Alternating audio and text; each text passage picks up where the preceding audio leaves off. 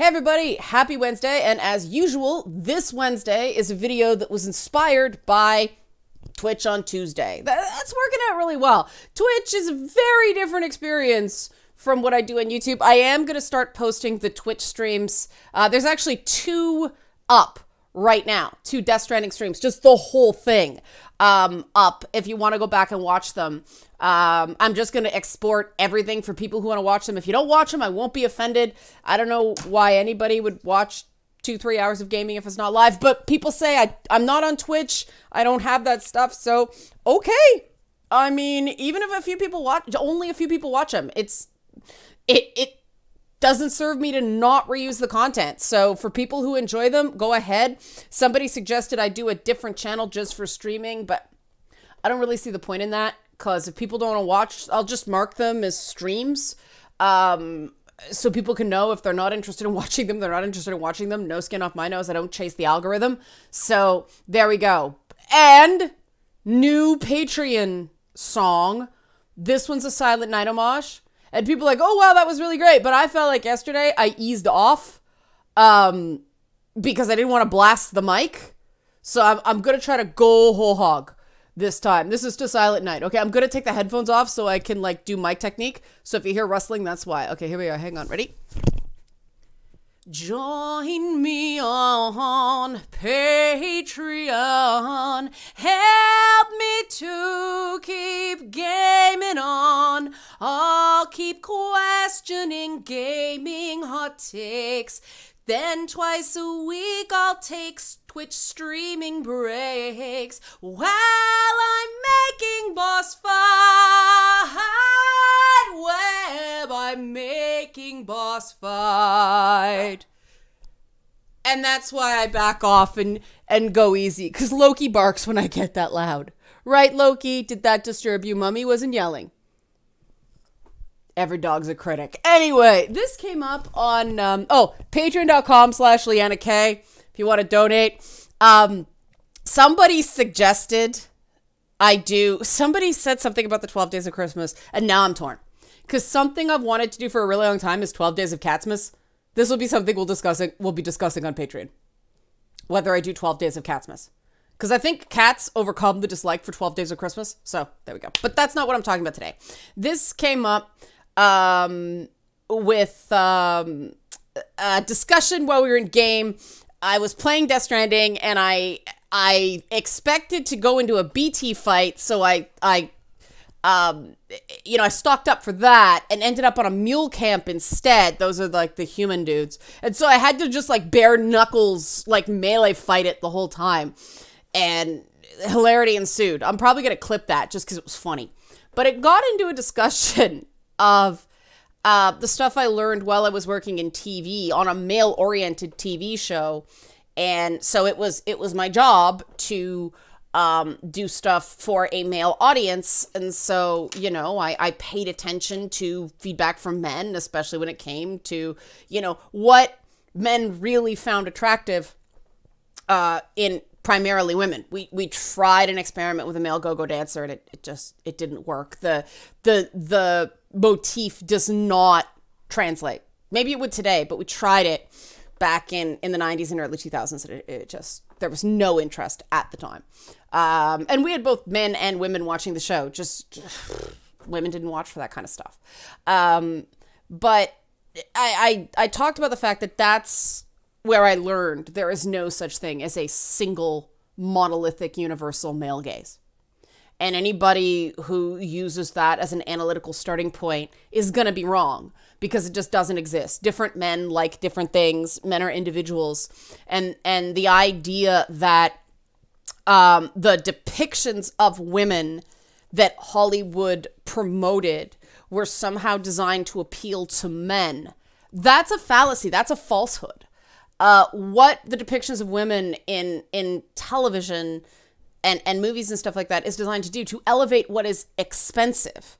But also models, like women, not models, actresses didn't get super skinny for film roles or TV roles. Though to an extent there was a lot of pressure, but actresses got super skinny so that they could get lucrative fashion endorsement deals and get like magazine covers. And in order to do that, you had to fit into sample size, which was a size 2 to 4. And so you had women like Nicole Kidman who were like 5'10", having to squeeze into size 4 dresses. That's just crazy. No 5'10" woman should be wearing a size 4.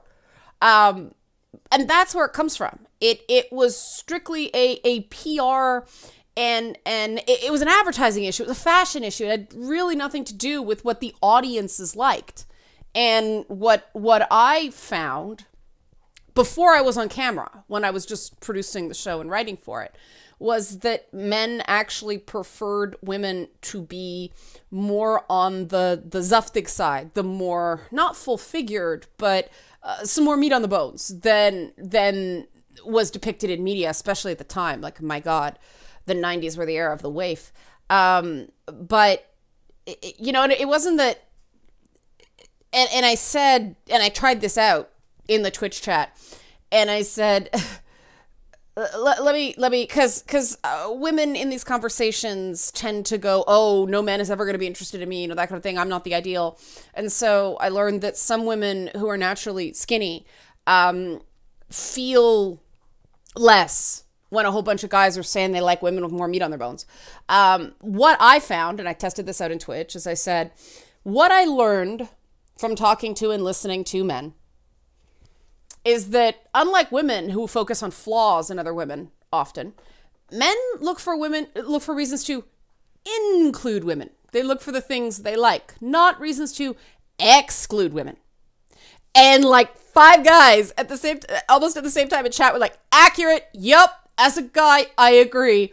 There is no one appearance that men find universally attractive, and it usually works better that a woman in a certain role in media seems suited to that role. It's amazing how much of an aphrodisiac competence is. And that's sort of something that isn't injected into the conversation. And I think field research, for lack of a better term, like that, is much more useful than this pop culture polemic, quasi-philosophical, armchair psychobabble claptrap that is driving the discourse.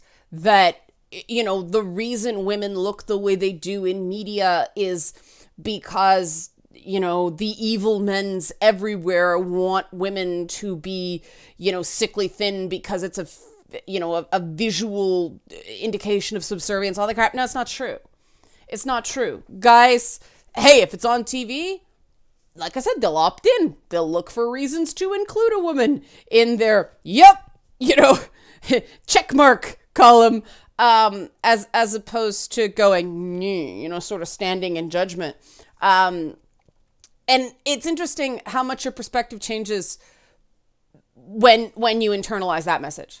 Like, it is so weird how all through your teen years, you're fed, at least in my case, all teens and right through the 20s. I think if I wasn't working in television, it would have, a lot of women, they get to their 30s or their 40s before they learn this stuff. But because I was working in TV, and because I was doing a lot of stuff with the adult film industry, I learned about what men were really interested in. And one of the things I noticed very early was that adult performers, adult industry performers weren't as sickly thin as, mainstream actresses. And I thought that was really interesting. Now, part of it is because their job is very physical and, they can't be sick all the time. But I found that interesting that there was a much greater diversity of body type, but in general, the women were more full-figured than traditional acting. And that was very telling because, that's an industry where that's what people are coming for. It's not a side dish, it's not a side offering, it's the main course. And so something's really out of whack in our media that way. And that's why nobody was really surprised when, guys like Harvey Weinstein turn out to be dirtbags because, well, they're the guys who are driving this, not the regular Joe Blow who just wants entertainment to take them away from their troubles. And, you know, again, just because my viewers have this particular taste in women doesn't mean that, you know, another guy is going to go, no, I totally disagree. I like fit, athletic women, all that stuff. But that's the whole point. This idea that there is a single gaze, there is a single male preference that you can appeal to in media isn't real. It isn't real. And I think that's really important because, you know, I said in chat, I prefer the faces on women in Hideo Kojima games because they're interesting. You know, they're not so perfected. They kind of have bags under their eyes. You know, Quiet she's not depicted as wearing a ton of makeup. Fragile looks exhausted. Like she looks like she's under physical strain because she is, you know, and I mean, the boss in Metal Gear 3, she had kind of a hardened appearance for a reason. They suit their characters. It makes sense. And then of course, you know, you've got Amelie. Amelie. I keep saying Amelie because I know a few women named Amelie and they pronounce it Amelie because we're Canadian, not Amelie. Americans, people outside of Canada love their elongated A's. Like they say my name, Liana. Whereas that I hear more often south of the border here in the US.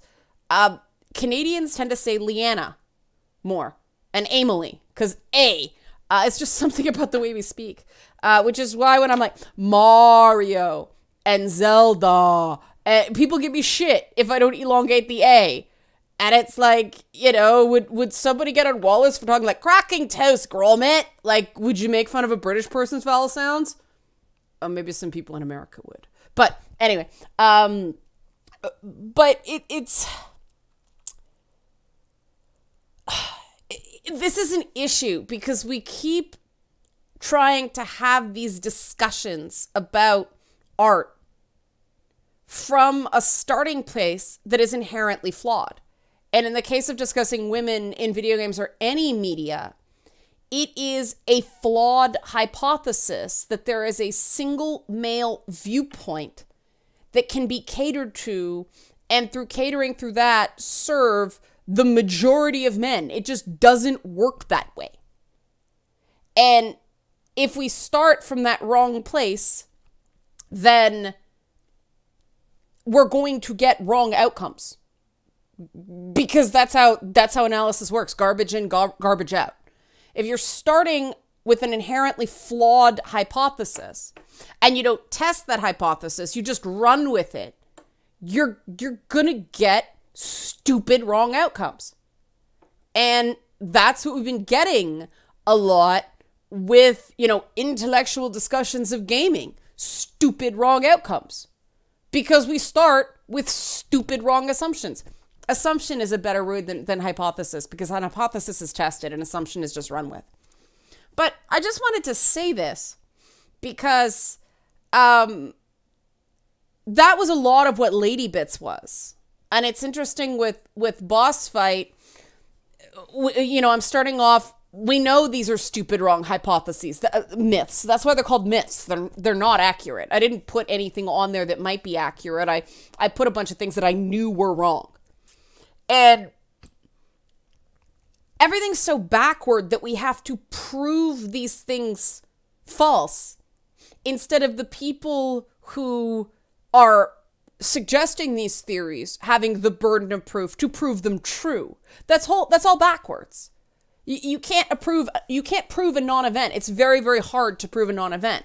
That's why it's innocent until proven guilty. That's why claims the burden is on the claimant to make their case, not somebody to disprove the claim. That's the way it should be, right? Especially when you're casting negative assertions on hardworking people in the video game industry and the people who play, right? And a few people now are saying that like people who are long time, oh my God, they were really scared before. They're feeling it turn now. They're feeling it change just because game developers are finally, like I said, they need to stop listening to these faulty assumptions. And I think unfortunately they had to go through and sort of try it, bow to the assumptions, bend the knee in Game of Thrones terminology for a while, find out it didn't work, so they could go back to what did. And on the flip side, you know, for female gamers, this assumption that men want larger than life heroes that they can like either look up to or see their best qualities kind of exaggerated in them, recognizing that these are larger than life. These are sort of cartoonish figures in a lot of ways. The fact that men are super fine with that and women aren't, that's totally wrong-handed too. That's treating women like a completely different species. You know, the idea that there's no such thing as a female power fantasy, but male power fantasy defines gaming. If you look at what female power fantasy is, look no further than romance novels. And what is that all about? Women being desired. Mostly for not doing anything at all or kind of being raging screw-ups. That's... Hello? Hi, Momo. This stuff is real. Women are not a totally different species. And it's weird that the people who are allegedly advocating for women are coming from this sort of disproven Freudian paradigm that, you know, women don't feel desire. That's strictly a male thing. And I mean, all that stuff's been disproven time and again, but people still believe it. You know, this idea that women aren't visually stimulated. Well, straight women aren't necessarily visually stimulated by the same things, but that doesn't mean that women aren't visually stimulated. And it doesn't mean that all men are visually stimulated to the same degree either. There are plenty of, you know, demisexual men who I think kind of pretend to behave the way that other guys do because they feel like they're going to be found out or something, have their man card taken away. I don't know. But all this stuff, like, other media doesn't have these hang-ups. And like TV is killing it with women right now. That's the desirable demographic right now for advertising. That's where the advertising money is. They want women. They used to want 18 to 24 male, 18 to 24, 18 to 34 male. Now they want women, female heads of households, because men don't watch TV the same way anymore. But also they found that the focus has shifted from trying to catch those brands when people are still directly impressionable. They're trying to change the buying habits of the person in a household who makes the buying decisions, because people are more likely to buy the brand of soap they grew up using, the brand of laundry detergent they grew up using, stuff like that. And who determines that? Still, more often than not, the woman of the household, even if she doesn't physically do the shopping. She tells the man what to buy. That's a very interesting power dynamic right there. But, you know, TV advertisers know this. It's a little different in gaming because, you know, suburban moms aren't playing Death Stranding. But still, it's important to consider that if you look at the content on TV, they didn't strip all the beautiful sexualized women out of it, right? They premium cable all over the place. Look at Girls. That show's full of sex. Differently depicted sex, but full of sex. I actually found the sex in Girls kind of self-loathing in a way that made me uncomfortable. You know, I don't think that a lot of the sex in media was not what you actually look like having sex. It's like what you want to imagine you look like, because, yeah, you don't want to be that self-conscious. But the theories are just not borne out by testing. And I think that's important to keep saying. Because if they worked, if these theories, if these anti-sex, male gaze-oriented theories actually worked, we'd be seeing proof of success in media. And we don't have that. Like, we don't. You know, female-driven movies make money. That was a huge thing to overcome. That, you know, female-led movies, people won't see them. But what were the movies that made money? Made billions and billions of dollars? $1 billion? Things like Captain Marvel and Wonder Woman. I don't think Wonder Woman actually made $1 billion. But, you know, it did very, very well. And that's about a female superhero. And people like Elizabeth Banks want to say, well, that movie's for men. That is not how movie going works. You do not make that kind of money in a movie if women don't want to see them. That's why most Marvel movies have a buff guy with their shirt off. They need that female audience service in the films. They know Disney has a formula for that stuff. And so, you know, Wonder Woman certainly leaned into the femininity more than Captain Marvel did. The big test for me with a Captain Marvel movie is going to be the sequel, if there is a sequel. They are really going to have to figure out who that character is. Wonder Woman, they got it. Like, they know who that character is. Patty Jenkins knows what she's doing. That movie's going to be awesome. It looks awesome. Everything about that movie looks awesome. It's going to be a lot of fun. But there's an aspirational element to those characters that women like just as much as men. There's something to be said for movies about women who are just as screwed up as we are. But there's plenty of stuff out there too. I mean, to me, one of the most compelling characters on Mr. Robot is Darlene. If you watch Mr. Robot, I'm going to talk to patrons about Mr. Robot when it's over because, oh my God, I love that show. But there are plenty of very interesting female characters on television. We need to get more of them into movies. And I don't think it's because they don't think that the audience appetite is there. I think there's not enough people in Hollywood who know how to write stuff for a varied audience outside of Disney feature animation. Everybody saw Frozen. You know? Everybody sees Toy Story. Disney's got it down. And I don't think it's an accident that these superhero companies who also have animation divisions crack the code for how to have a female-led action movie that makes money, right? They're not trying to reinventing the wheel. They're just doing what works. And I don't think anybody can claim that the Captain Marvel movie and the Wonder Woman movie are in any way sort of propping up the patriarchy or forcing women into traditional gender roles. But women want to be attractive as much as men want to be attractive. We just want a wider zone of what's considered attractive. And I think everybody can agree on that. You know, and whatever media puts in itself, whatever media, that sounded rude, whatever is depicted in media automatically becomes more attractive. Just by being up on that screen. It is idealized. It is glamorized. So anything you put up there is going to get that luster on it.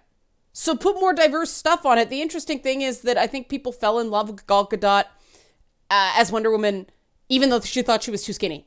She's great for the part, so the physicality, people overlook it. I know plenty of people who watch my stuff do. And that's very telling. And there's cats roaming around a lot of places, and if I don't pay attention to them right away, they'll poop on the floor. So I'll leave it there. But hope you enjoyed this video. It was just a little musing that came up after Twitch, which is what Wednesday's videos seem to be. And again, I'm not going to sing again. That was enough because I don't want to take the headphones off again. But help support this channel. Become a monthly patron. Patreon.com/LeannaK. Patreon video tomorrow. There's going to be a lot of stuff on Patreon tomorrow. Final announcement. I have a podcast now. I will talk more about this on Feedback Friday because I forgot to do it. It is called Hey Ladies. It is a podcast On the FU network that I'm a part of, they have their mensplaining podcast, which is all men. So I did one that's all women. It is issues that affect women. It is not women's issues. That's an important distinction in my mind. So check that out. The first episode is out. It's on the word bitch and what it means in a modern context. And you can find that on the FU Network channel, anywhere you get podcasts, iTunes, Podbean, all that stuff. I think it even seeds to YouTube. So, okay, thanks for watching.